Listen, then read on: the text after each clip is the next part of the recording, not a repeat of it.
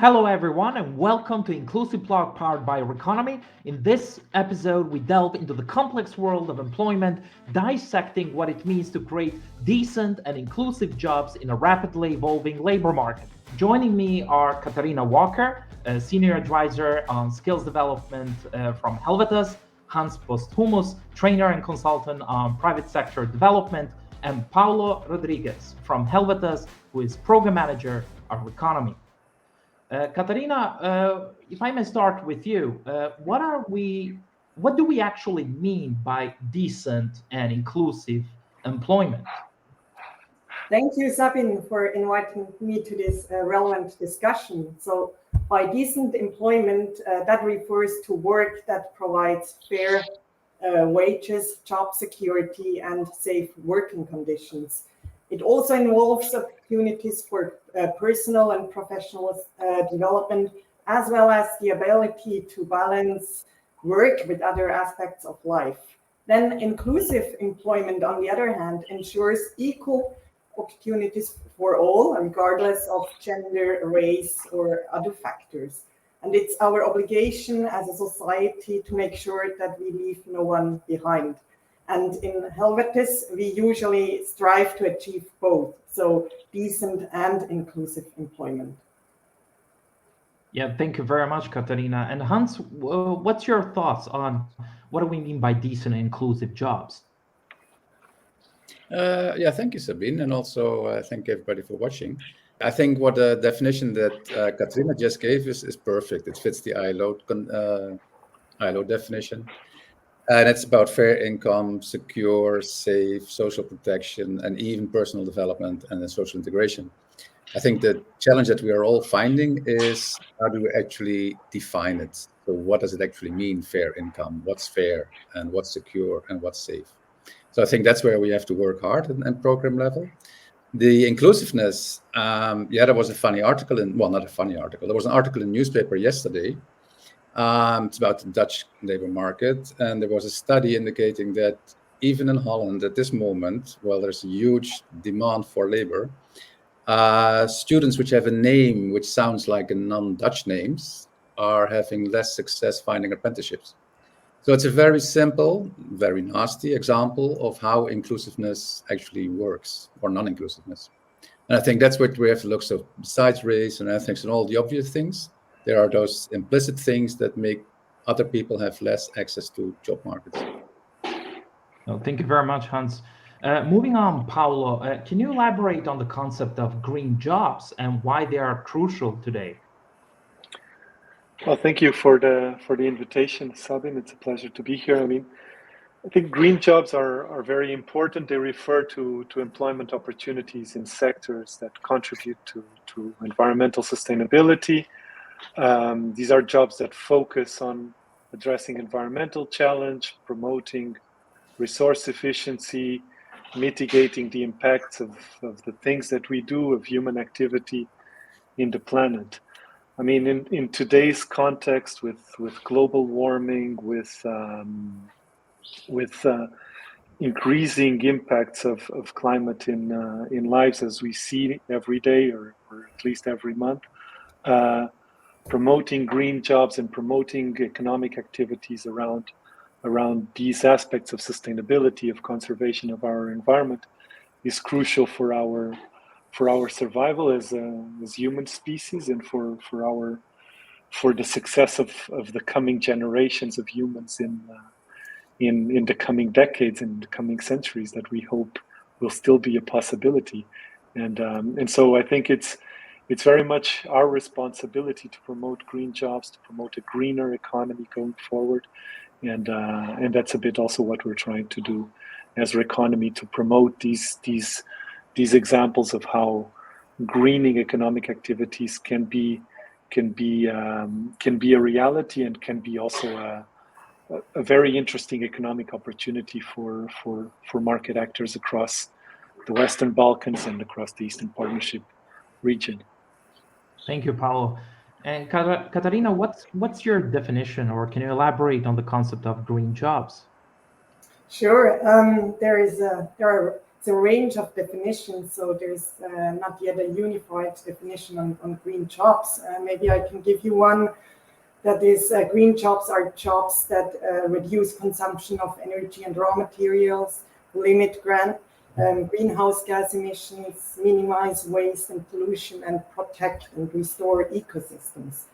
And I think the interesting discussion going on is that I think it's not accurate enough to label jobs as either green or non-green, because most jobs involve both environmentally friendly and not environmentally friendly tasks. So I think, or that's what the expert also advised, is that we should assess how green jobs are on a scale. So studies look into the overall impact, environmental impact of jobs, rather than putting them into strict categories. And if we look at the impact overall, transforming existing traditional jobs into more environmentally friendly jobs, that has a much bigger impact than only focusing on creating new green jobs. Right. Thanks, Katharina. And Hans, why is there often a disconnect between the ambitious goals of employment projects and the realistic outcomes? Yeah, I think that's almost the white elephant that we have. Yeah, I think there are two things. One is a technical issue, and the other one is more of a process diplomatic issue, I think. The technical one is the easy one. The question is, when and how do you actually define what's a realistic ambition? Because having ambitions is fine, but having realistic ambitions, I think, is the main challenge. So when do you define it? At concept stage or even before concept stage? What is the information you have in order to decide what would be the outcome if you do something in the future? So that's very difficult. So if you then move on after you won the tender, after you've made a proposal, after you have the inception phase, the more and more you get to know, the better you can make your estimations. But then the question is, that's often too late, because the only time when you can really make a good estimation of what the impact might be, how many jobs you might create, is when you run the interventions.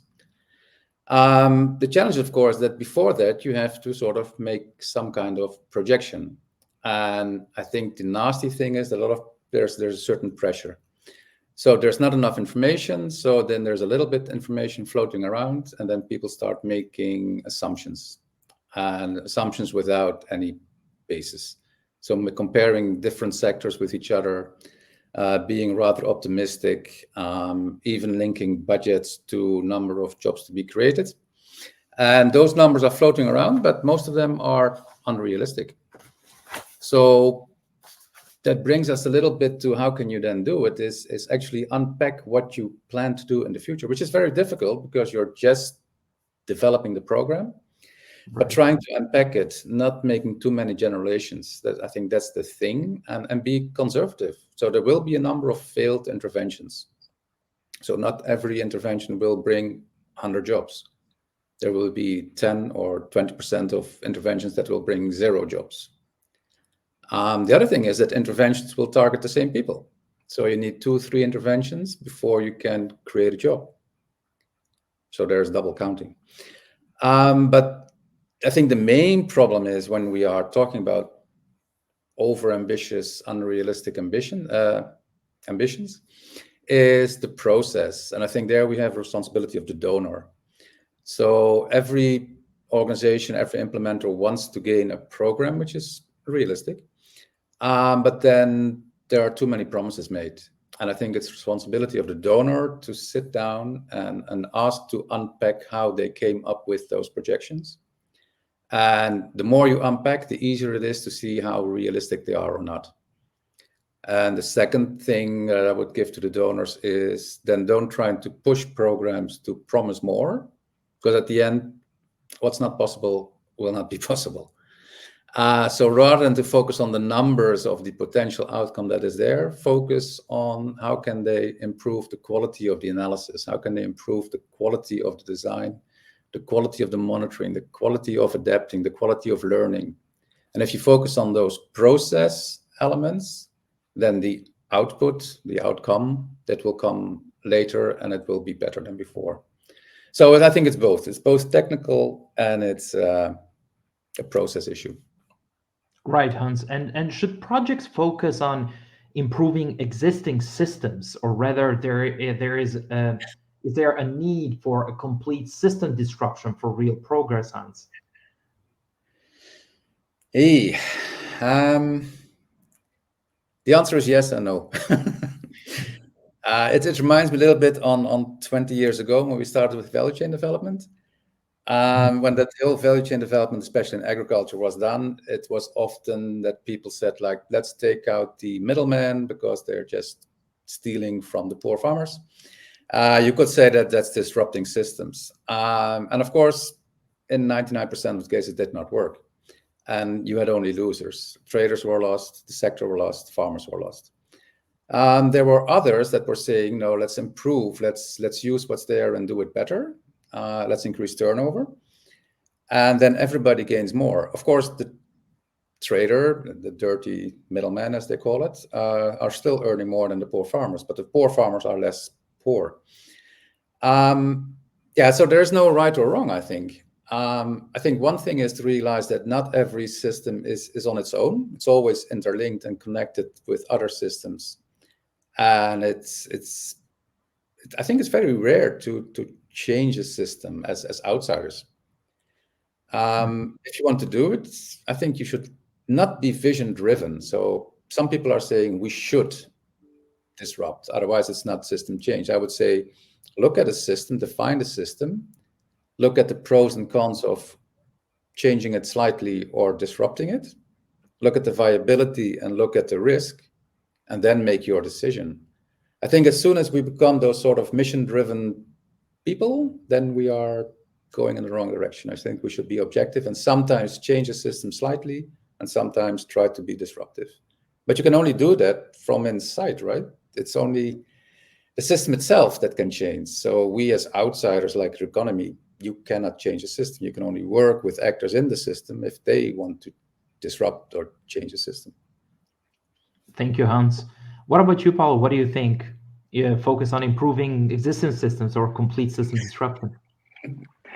I think it's a very easy place for me to come and answer this question after what Hans just said. I couldn't agree more with what was said. I think we as development projects need to realize that we are temporary actors stepping into a given system, and we need to add to what local actors are doing, improving their performance and supporting them with their intentions for change.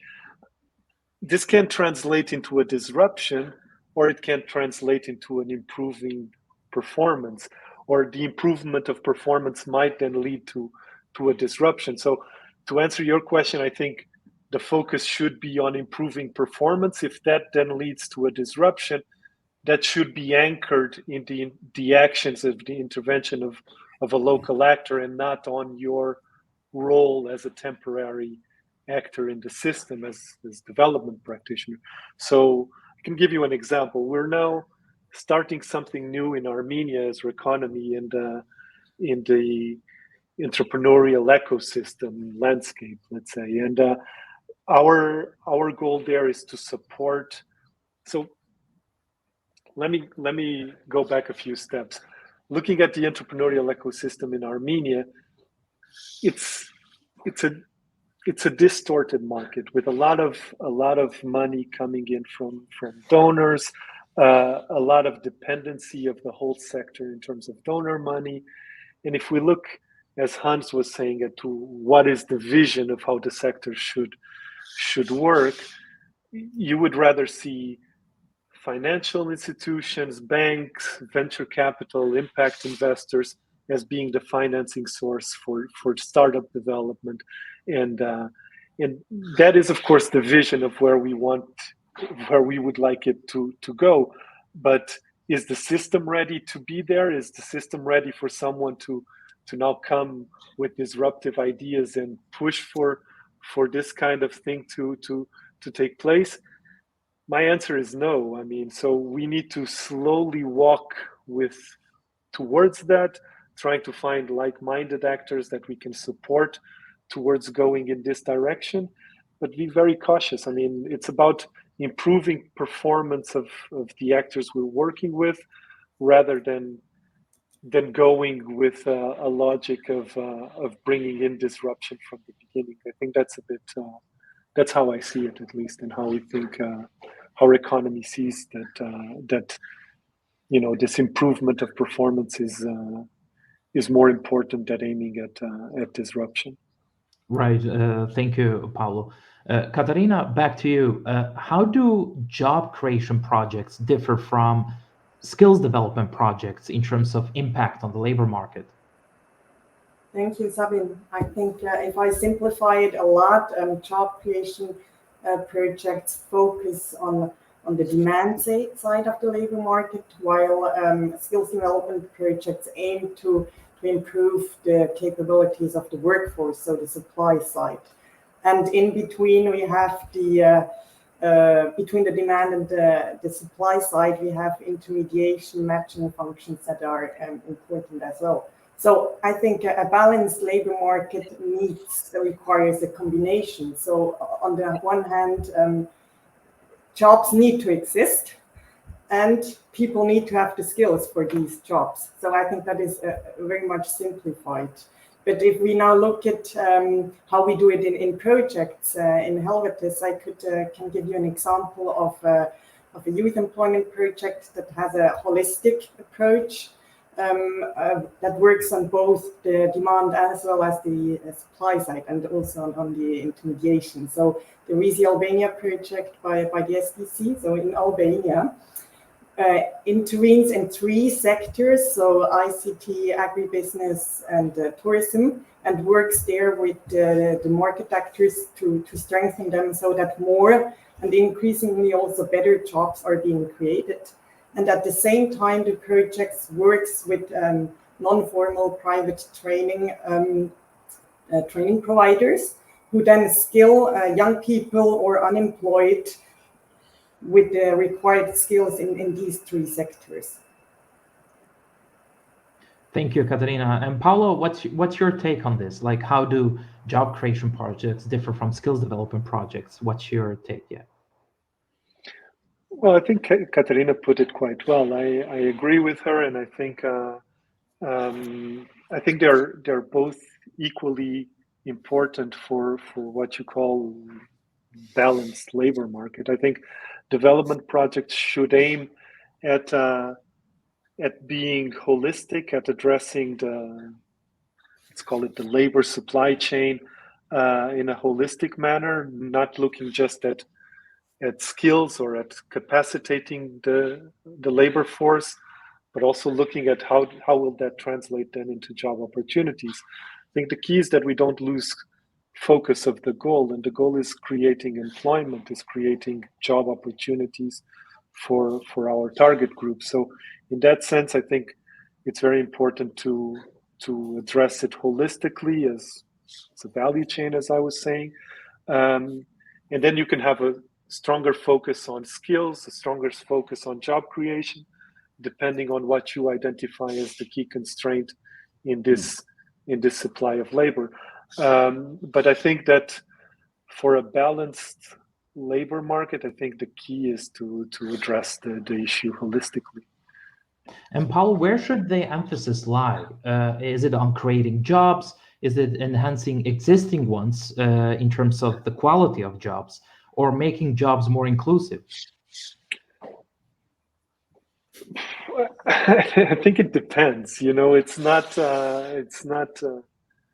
I often give this question, and I think I've told this quite a lot. I mean, it was one of my first classes at university.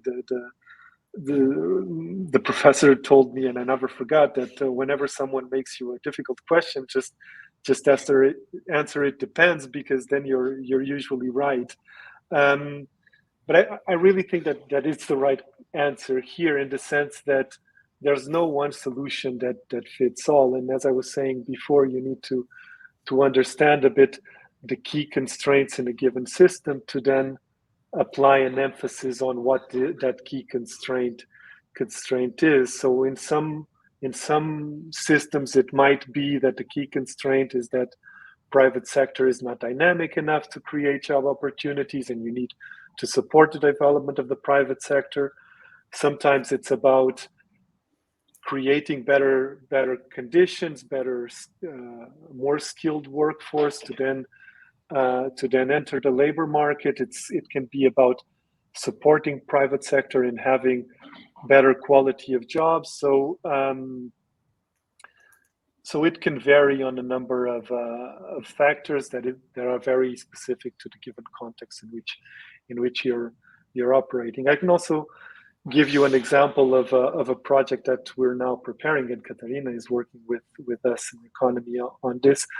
So we're preparing a new project on skilling youth in the automotive mechatronics industry or sector in Western Balkans. In skilling people in this sector should consider a number of things, including trends. So we've been having quite some discussions lately, and if we're thinking about skilling youth in particular, that's the target group of RECONOMY in the automotive mechatronics industry, we will be skilling them into technologies that are already in the market, but we also need to pay attention to trends. So how is the market evolving? So at the same time that we're skilling people in the current automotive industry, we also need to pay attention that, for example, electric vehicles are becoming more and more a trend in this industry, even though this is not at the time still significant in the Western Balkans, specifically markets. I think it's very important that we as development projects also have a little bit this kind of logic of trying to understand where the markets are going and trying to then support labor force getting skills that will be helpful for them in the future and going forward, and that could mean a competitive advantage for them in the future. So yes, in short, to answer your question, I think that it's very important that you consider the whole dynamics of the market and then choose what you're doing based on what are the key constraints and the key trends that you've identified. Thanks, Paulo. And Hans, what's your take? Where should the emphasis lie? Well, maybe it's the same professor. It's not only it depends, but also depends on what. I think the second one is crucial. No, I mean, Paulo gave the right context. It always depends on the situation. I think the key word maybe is markets. So what does the market need, or does the sector need, the system, what is it needed? And I was, well, not shocked, but surprised, because I hadn't been to the Balkan for quite some time. You're there, so you know much better than me. But for the past 20 years, the problem was unemployment. And I was there last year, and the problem, last year. And the challenge was like, no, unemployment is not the issue. It's all the other things. So within a very short period of time, things can change. So it should be creation or it should be skills. It depends on what the market needs. But besides that, I think what we look at is that it's never only creation. It's never only skills. It's never only access, or what do you call it, inclusiveness. It's usually a combination of those three. And even if you would pick a sector, then it's probably still a combination of the three. So yeah, I'm sorry, but it's not one of them. Maybe the emphasis is more on one or more on the other, depending on time, depending on subsectors maybe. And I think that's the crucial thing. We always have a tendency to put it into one big box and then say, oh, they need this, they need that. But it's multiple tiny little boxes, and all those tiny little boxes need a special tailor-made intervention. That could be creation, it could be skills, it could be something else. And I think that's what I learned when I worked on that presentation I did last year. Is what I realized is when we when we screen sectors and choose sectors, even if we have employability in our sort of criteria, as soon as we then have selected a sector, then we start focusing how can we improve the performance of the sector. And then we might forget that the purpose of our program is getting youth to be employed. So I think that for me was a learning thing. So my conclusion is that we've been in too much silos, and we should be having more focus, but the focus should be on the labor market, and that could be either of those three, or probably combination, but it could also be different type of sectors. So keep that objective in mind. This is what I've learned, that I think we did not always do that. I think it's time to do that. Thank you very much, Hans. And Katharina, should the focus be on upskilling people and creating new technical skills? I partially agree. I think it's important to invest both in the initial training, so initial vocational education and training, as well as in upskilling or reskilling current workers. So I'm from Switzerland, and Switzerland has a very thriving economy and a very low unemployment rate, especially among young people. And that is, amongst other factors, thanks to a very solid, very strong initial vocational education training system. So that system provides the basis, both for industry-specific skills, but also social skills. And we have a very solid, or the people who finish at the age of maybe 18, they have really the best conditions to enter the labor market. What I observed then in countries like in the Western Balkans is that because the formal VET system isn't of that quality, employers then have to invest massively in upskilling and upskilling their workers. And even in terms of people have to unlearn what they learned in school, and that is really a massive effort. So I think in view of more bureaucratic education systems, and also in light of the changing in the world of work, upskilling and reskilling becomes more and more important. And nowadays, it's not anymore that you would learn one profession and then work in these professions for your entire life. So the career path become much more diverse.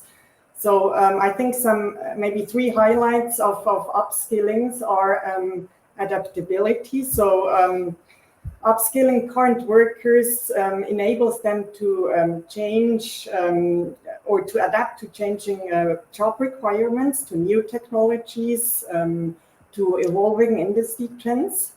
And then secondly, retention and motivation. So if you invest in your workers, your employees, you boost their confidence, job satisfaction increases, and that also makes people stay longer within your business or your organization. And then thirdly, filling skills gaps. So upskilling allows organizations to address the skills gaps faced internally. So they reduce the time and money needed to recruit externally, and they reduce also time for onboarding employees. So summarizing, I think we need a holistic approach to workforce development. So investing both in what young people at the age of 16, 17, so learn, so investing in initial vocational education and training, but then also in view of lifelong learning, continuously invest in employees and also in unemployed people with skills that actually are needed by the labor market. And maybe just one last point, because this was now a very maybe economic perspective of the merits of training and upskilling, but of course investments also have huge impacts on a personal level. So personal satisfaction, the job is very important for one's own happiness. And secondly, also benefits for the entire society. So if less people are out of the labor market or can do productive employment that has really a benefit for the entire society. Thank you. Yeah, thank you, Katharina. And Hans, can you talk to us briefly about what is the significance of bridging the informal and formal sectors of employment in employment projects? Yeah. Yeah, two things. One is, okay. Yeah, I sort of grew up with the fact that informal sectors had to be formalized. That's been sort of the policy for the past 20, 30 years. And when I was reading Justin's rough guide on employment last year, I was surprised. There were quite a number of eye-openers, but one of them was that we always assume that youth also want to have a decent job, right? We talk about decency, inclusiveness, and whatever. Right. And he gave a number of examples of other programs that said basically it's an assumption, but question that assumption. There's a lot of people, especially youth, sort of more enterprising youth, they're not looking for formal jobs. They're looking for jobs in the informal sector because they prefer to be more entrepreneurial. They're taking more chances, better pay, more flexibility. So the whole assumption, should there be formal sectors and should everything be formalized, that's something that we should question. And maybe that's linked to what Katharina was talking about. The career paths nowadays are different than 40 years ago. 40 years ago, people get a job and stay for 40 years. Nowadays, people hop every 6 months, every 2 years. So I think we should look at that one. And yeah, maybe I think it's getting them as a message of all your questions today, but it's not either informal or formal. I think we should simply accept that those two exist. And sometimes informal is bigger. Sometimes informal is nasty. But then we should not care that much what we call it, formal or informal, but look at what can we do in the informal sector, what are the pros, and let people enjoy that. And where it's really nasty work and poor working conditions, can we do something about it? Not trying to make it formal, but do something about the characteristics of that sector. And if it's formal, can we make it more flexible? I mean, in Holland, we have a lot of discussions nowadays that we're getting stuck. So it's either formal and you're employed for life, or you're not employed for life and then you're stuck. And there should be something in between, which allows people to change jobs and which should allow employers also to sack people if they don't function. So I think a lot of things can be improved without trying to get informal sectors into formal. So I think we can end that discussion. Thanks, Hans. And Katharina, how do wage employment opportunities compare to self-employment, like freelancing, in terms of sustainability and growth? Yes, I think I can go on with what Hans just described. I think it very much depends. The choice of going for wage employment or self-employment is linked to one's own aspirations. So it's an individual preference, maybe also how risk-taking you are as a person, or what your career goals are. And then, of course, also it depends on the context. So if there are jobs that are available. I think if you ask, or that's what studies say, if you ask unemployed people, then they have a clear preference for wage employment, because this provides more stability, more security, steady income, like benefits like healthcare, pension, job security. But then we talked about the changing world of work before, so it is really changing quite dramatically, and non-traditional forms like freelancing that you ask, or is coming up, and more people work part-time. So this is, of course, linked to the whole overall discussion or impact of globalization and new digital, new types of business models. So even standard jobs are evolving. So more short-term contracts are coming up. Part-time, I've mentioned, temporary employment. And if I live in Warsaw, if I go to cafes here, they are always plenty, full of people, many young people working as freelancers. And I think that can be very attractive, both on a personal level. So you have quite some freedom how you want to structure your day, but also financially. Right, yeah. Similar case in the Balkans, I think, Exactly. in the Eastern Partnership region. And and Katharina, do you think the quality of jobs is a continuum as much it is a goal?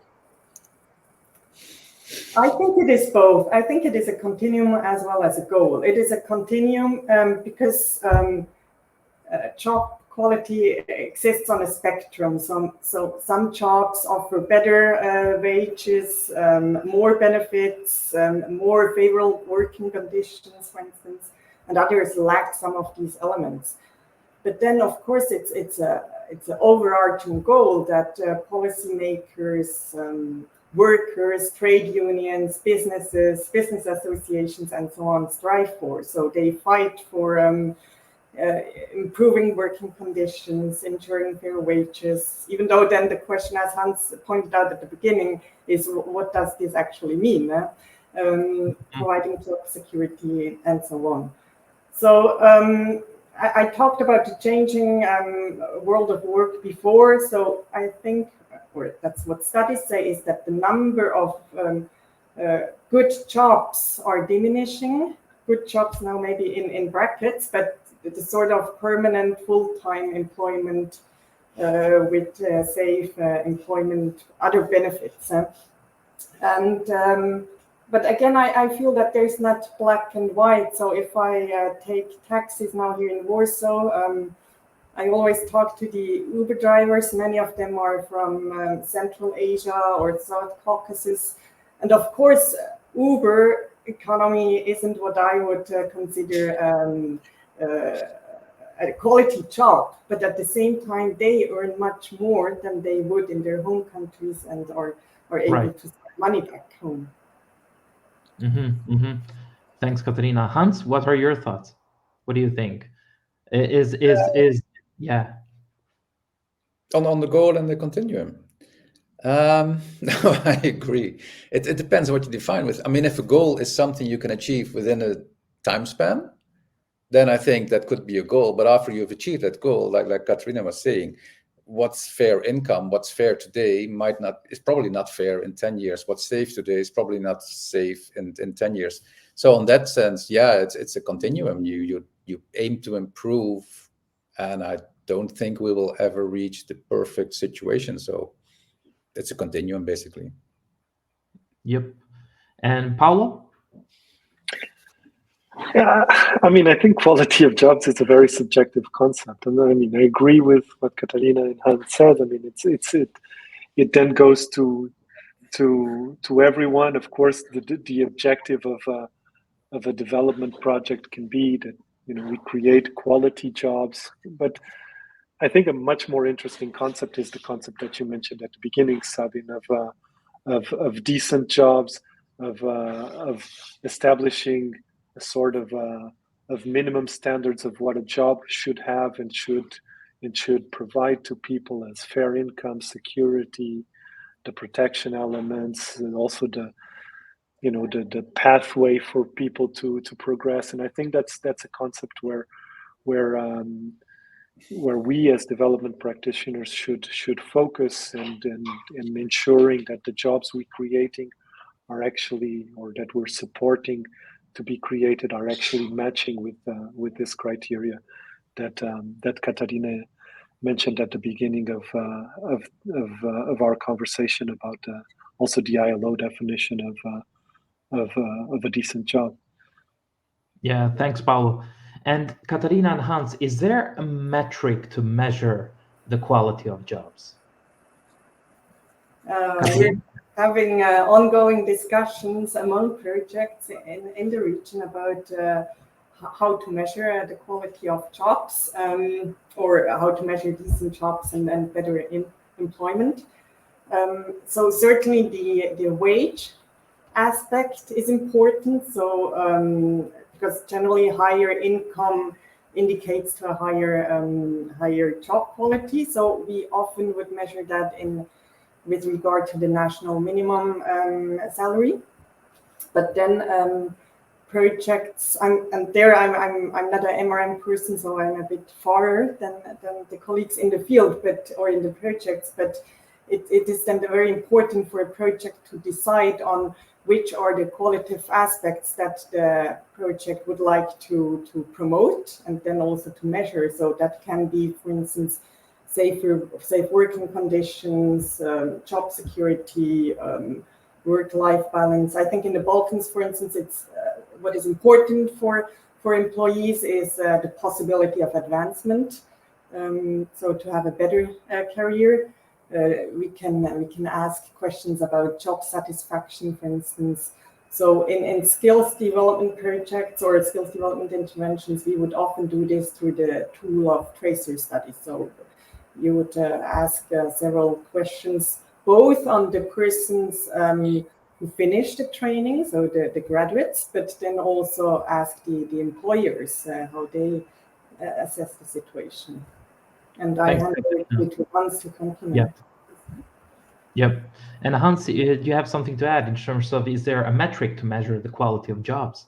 As like Katharina said, it's yes and no. There's not one. So that's a disappointing message. There is not one. But the positive message is like as Katharina defined this, what is it, 5-6 fields of decent inclusive employment, right? The income, all the safety, etc., etc.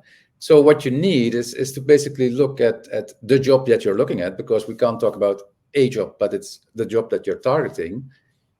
Assess how they score on each of those 6 fields. And if you're not going to change 1 of 2 or 3 of those fields, then okay, the indicator is 0 and it will remain 0, so no need to measure. But if you say, well, I don't know, whatever, social protection or safety is a real issue, well, then assess the job that you are going to target, define it, measure it, do something, and measure it again. So be practical. Don't try to look for the magical one indicator, because it probably doesn't say anything. But look at the ones that you wish to change, and make it very practical how you can measure it. And Katharina already said, ask the one that's the topic, ask the one who can say something about it. And that the famous word is, of course, and everybody's going to hate me now, but it's attribution. Is the change that your job is created because of you, or is it created of something else? Is the person much more skilled because of you or of someone else? So, and I'm not looking for a proof, but as long as we keep that logic in mind and try to be very practical on what you want to change and find out a way to measure it practical, then I think you get there. But no, there's no magic one indicator. No, sorry.